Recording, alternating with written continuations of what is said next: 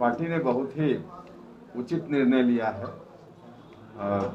ललन सिंह जी एक अनुभवी नेता हैं और पार्टी की स्थापना के समय से लगातार एक आध साल को छोड़ दिया जाए तो पार्टी के साथ रहे हैं। नीतीश कुमार जी के बहुत करीब हैं, मेहनती हैं। उनके नेतृत्व में बिहार में पार्टी पहले चल भी चुकी है, प्रदेश के अध्यक्ष रह चुके हैं। तो हर तरह से उनका जो अनुभव है उसका लाभ पार्टी को मिलेगा और भारतीय जनता पार्टी से जो अलायंस है उस अलायंस में भी एक कारगर भूमिका में जनता दल यूनाइटेड की ओर से वकालत करने में सक्षम है। तो कुल मिलाजुला कर उनका सिलेक्शन पार्टी के लिए बहुत ही हितकर होगा। आगे आने वाले दिनों में यह साबित होगा। सबको लेकर साथ चल पाएंगे पार्टी में? नहीं, पार्टी इसमें सबको साथ लेकर चलना तो है ही और उसके आधार पे ललन सिंह जी में यह सलाहियत है कि सबको साथ लेकर चल सके। तो सभी को साथ लेकर निश्चित रूप से पार्टी चलेगी, ललन सिंह जी चलेंगे।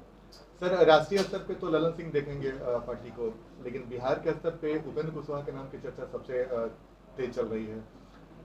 बिहार में का आप दौरा कर रहे, जगह जगह जा रहे हैं सर, क्या आने वाले समय में बिहार में उपेंद्र कुशवाहा की बड़ी भूमिका होने वाली है? देखिए, आज भी उपेंद्र कुशवाहा की जो भूमिका है बिहार में बड़ी भूमिका ही है और लोगों की भूमिका है। हम ऐसा नहीं कहते कि अकेले उपेंद्र कुशवाहा की भूमिका है। और यह सच है कि बिहार से बाहर पार्टी की स्थिति उतनी मजबूत नहीं है जितनी मजबूत स्थिति बिहार में है। तो पार्टी के लिए तो सबसे ज़्यादा फाउंडेशन बिहार में ही है। यही पार्टी जितनी मजबूती से आगे खड़ा हो पाएगी उतना ही फैलाव देश के अन्य राज्यों में पार्टी का होगा। तो उस दृष्टि से यहाँ ज़्यादा काम करने की ज़रूरत है और उसमें हम सब लोग हैं और भूमिका सबकी है, उसमें उपेंद्र कुशवाहा की भी भूमिका है। प्रदेश अध्यक्ष को लेकर भी काफी चर्चा हो रही है कि जो अभी वर्तमान में प्रदेश अध्यक्ष हैं उनकी जगह आने वाले समय में उपेंद्र कुशवाहा।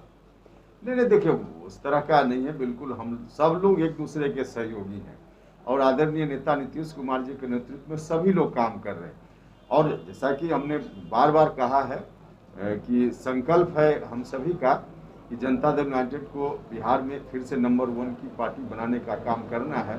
तो इस काम में एक कार्यकर्ता के रूप में, एक सिपाही के रूप में नीतीश कुमार जी के नेतृत्व में उपेंद्र कुशवाहा काम कर रहा है, मजबूती से करते रहेंगे। बाकी क्या कुछ होता है पार्टी में फेरबदल, उस पर मेरा को या किसी को मैसेज देने की कोशिश नहीं है। पुरानी सोच है हमारी पार्टी की और नीतीश कुमार जी, और वह सोच अपनी जगह पूर्णतः दुरुस्त है। जनसंख्या वृद्धि पर रोक आवश्यक है, इससे कोई इनकार नहीं कर रहा है। जिस तरह से जनसंख्या बढ़ रही है उसको रोकना जरूरी है, लेकिन जबरदस्ती करके आप रोकना चाहिएगा तो यह काम नहीं संभव है।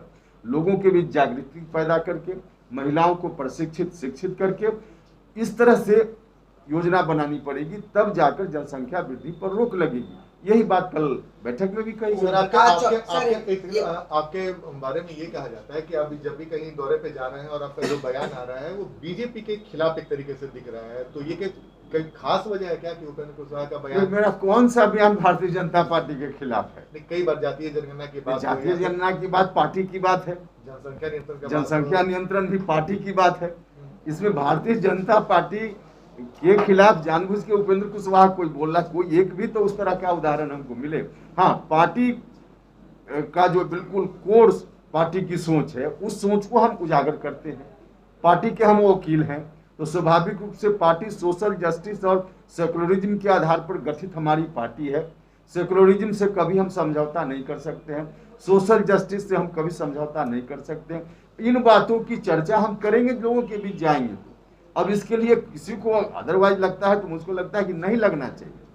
ओम प्रकाश चौटाला से आज मुख्यमंत्री नीतीश कुमार मिल रहे हैं जातीय जनगणना को लेकर। तेजस्वी यादव ने नीतीश कुमार से मुलाकात की थी, तो क्या लग रहा है कि देश में जो है नीतीश कुमार जातीय जनगणना को लेकर नेतृत्व करेंगे और प्रधानमंत्री से जब मिलेंगे और जातीय जनगणना के लिए ओके करवाएंगे?